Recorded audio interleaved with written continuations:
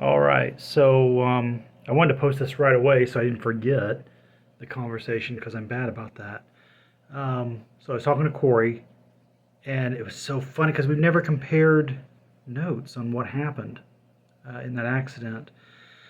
So he, like I said, he remembers pretty much everything I do up until he said he remembers his dad being there.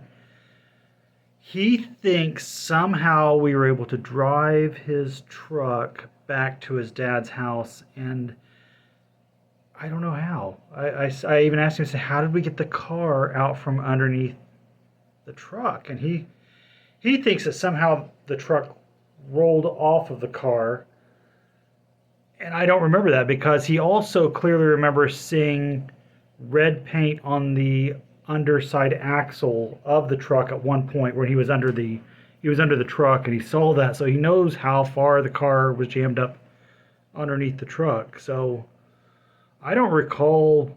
I don't know how we got the car out from under the truck. I don't know how we got. If we went back to his dad's house, he doesn't remember where we ended up. If we got to his dad's house, how we got there. I don't know how I got back home, which was a completely different town, after the fact the next day. Um, I know at work I had forgotten all of my coworkers' names, and they were really worried about me. They told me after the fact, years later, they said that year I would look at them and I'd have a, as I'm trying to formulate their name, and they could see me either just give up in defeat and then turn back around and not even ask them what I was about to ask them, or they would, my name is, and then, okay, and then I could compose my question to them, but they could see something was definitely wrong. Something was very glitchy. Corey said tonight his memory ends pretty much where my memory ends with that night. And it's very weird. He's like, wow, it's like a blackout. That's weird. And he never thought about it. And he said it's weird as well because we were starting to talk about our past. He's like, I don't remember a lot of this and that. And he said, I thought, I'm old. We're not that old. So both of us are kind of thinking that we both lost everything in that accident, memory wise. And it was a slow process. It was maybe 30 minutes after the accident, and that's when things started getting glitchy in our minds. And we didn't even realize it was happening.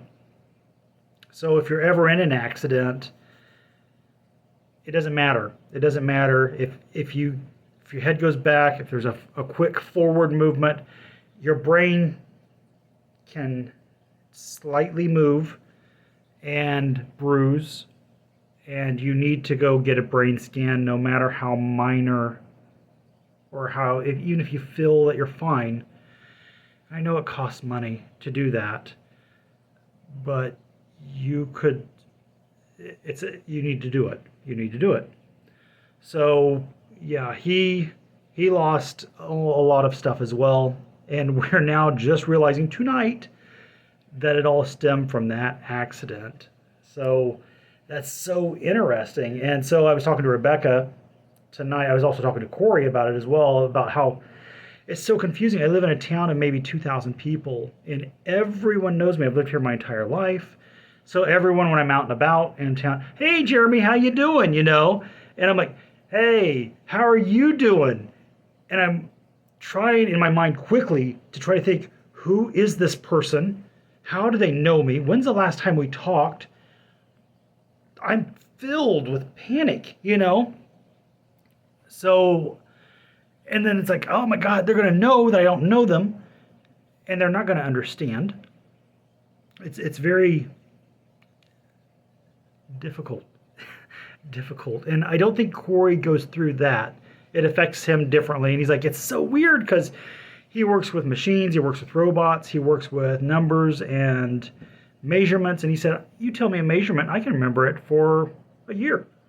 I said, well, that's because your whole neurological paths have been rebuilt in a different way now. You've constructed your brain differently for what you need right now.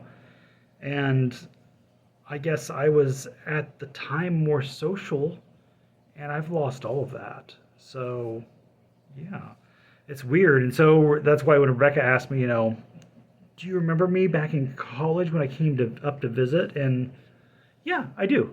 I do. I remember I was dating Carrie.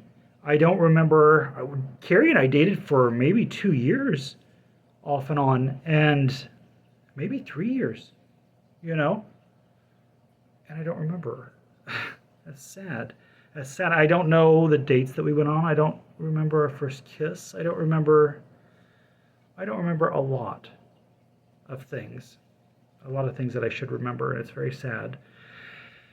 But yeah, I have these perfectly vivid memories of things, and I have perfectly vivid memories of things I love to forget, like some very traumatic experiences, and they burn so bright, but I'm stuck with them. But some of the more important things, like people I know and faces and names and connecting everything together, information, it feels like it's just locked in a file cabinet. It's the best way to describe it. You're going to a dark room, you're going to a file cabinet, you're trying to get that file cabinet open to get the information out because you know it's right there, and you can't access it, and it's very flustering at times. And so I don't know how long that's going to last. I'm hoping I will build new neurological pathways to get to the information I need, but it's like I have to relearn everything. It's frustrating. But yeah, that's the truck accident part two. Corey said he thinks the truck was drivable, and he believes he had the truck for a bit after that, and he drove it for a bit after that until the doors, you could no longer open the doors because the truck was bent in a U, sort of, where the car went underneath of us. But it was definitely totaled, and he just kept driving it because it was a brand new truck that he had just bought 2 weeks before. Oh, the reason why was because the kid that hit us from behind had lied about his name. He had stolen the car, and he got released to someone that he said was his mother, who came to the scene. And then they lost track of the kid because that wasn't his car. That wasn't his real name. So he got off scot-free, and Corey got saddled with all of that. It was crappy. And that's how life goes. It's just a big bowl of crap. So, yeah. So, yeah, that's truck accident part two. That's the end of the story. So, but that's my memory loss and everything, and it's confusing, but that's why I have such a short-term memory. Thanks.